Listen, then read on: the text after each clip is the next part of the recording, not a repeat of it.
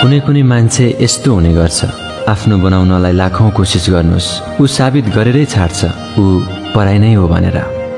हरेकलाई खुसी बनाइरहन सकिँदैन, तर पहिले उसलाई खुसी बनाउनुस् जसलाई तपाईँ ऐनामा देख्नुहुन्छ। जरुरी छैन हरेक टुटेको व्यक्तिहरू रुँदै गरेको मिलोस्। कोही आफ्नो मनको मुस्कानको पछि लाखौं पीडाहरू लुकाउने गर्छ। घमण्ड मात्र त्यस्तो चिज हो जसले कहिले महसुस हुन दिँदैन आफू गलत छु भनेर।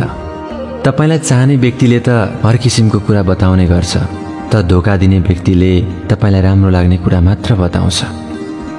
ठक्कर यो कारण लाग्दैन कि कोही लडोस्, ठक्कर यो कारण लाग्छ कि कोही सम्हालिन सिकोस्। यदि कोही सफल भए ऊ सफल हुनुको हामी दिन गन्छौँ, कति चाँडै सफल भयो भनेर, तर हामी उसको परिश्रमको दिन गन्दैनौँ, सफल हुनुको लागि कति मेहनत गरेको थियो भनेर।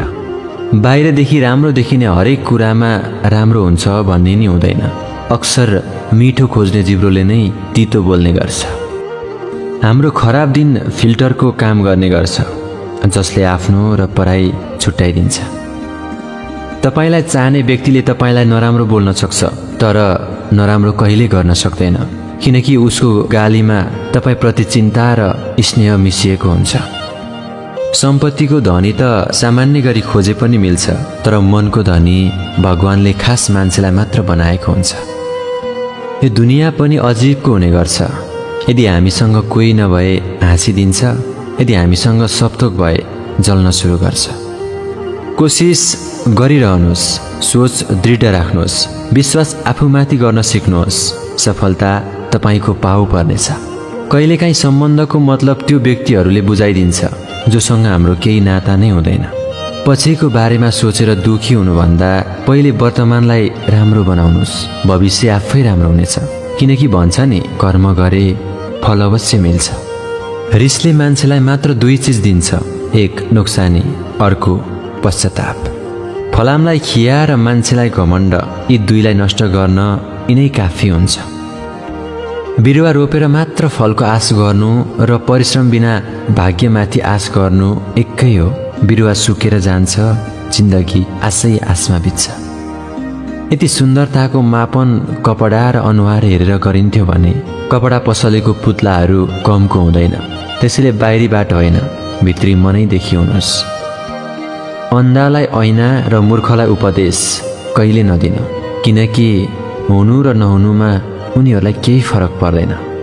यहाँ कसैलाई जल्नु जलाउनु पर्दैन, बस राम्रो काम गर्नुहोस्। मान्छेहरू तपाईलाई देखेर आफै जल्न सुरु गर्छन्। हामी बालापन यस कारण पनि मन पराउँछौँ, त्यो बेला हाम्रो काँध र मन खाली हुने गर्छ। जो व्यक्तिको मनै अन्धो छ भने त्यो व्यक्तिको आँखा भएको नभएको एकै हुने गर्छ। अक्सर भिडभाडमा पनि उही एक्लो हुने गर्छ जो अरूमाथि भरोसा राख्ने गर्छ। सबैको भलो चाहनुहुन्छ, सबैलाई राम्रो गर्नुहुन्छ, र पनि तपाईको कामको कसैले कदर गरेन भनेर नसोच्नु, किनकि यो दुनियाँमा जिउँदो भइन्जेल कदर अनि कफन मिल्दैन। शून्य अनि सुनसानमै आजभोलि मेरा आँसुहरू झरिदिन्छन्, त्यही पनि म एकान्त प्रेमी भएको छु। तिमी कबाडीमा रमाउने मान्छे, हिराको महत्त्व के बुझ्न सक्थ्यौ र? जति मेरो शरीरबाट पसिना बगेको थिएन नि, त्यति त मैले तिम्रो यादमा आँसुहरू बगाइसकेको छु। यो भाग्यमा त मैले तिमीलाई गुमाइसकेँ, अब त्यो भाग्यको पर्खाइमा छु जुन भाग्यमा तिमी मेरो हुनेछौ।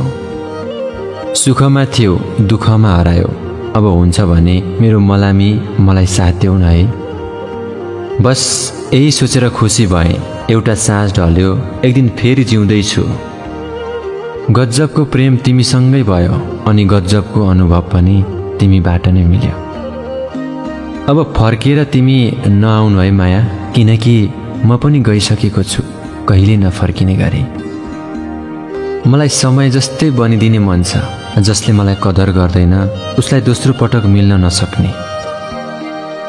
बाचा जस्तै माया पनि अधुरो भयो, मिलन कम थियो, पर्खाइ धेरै भयो। तिमीदेखि टाढा जाने मन त थिएन, तर मेरो दिनरात मात्र खराब होइन, तिमीले त मेरो जिन्दगी नै खराब बनाइदियो। जब जब मलाई लाग्यो म तिम्रो लागि खास छु भनेर, तर तिम्रो बदलिएको स्वभावले मलाई बुझाइदियो कि होइन रहेछु, म त बोझ बन्दै रहेछु भनेर।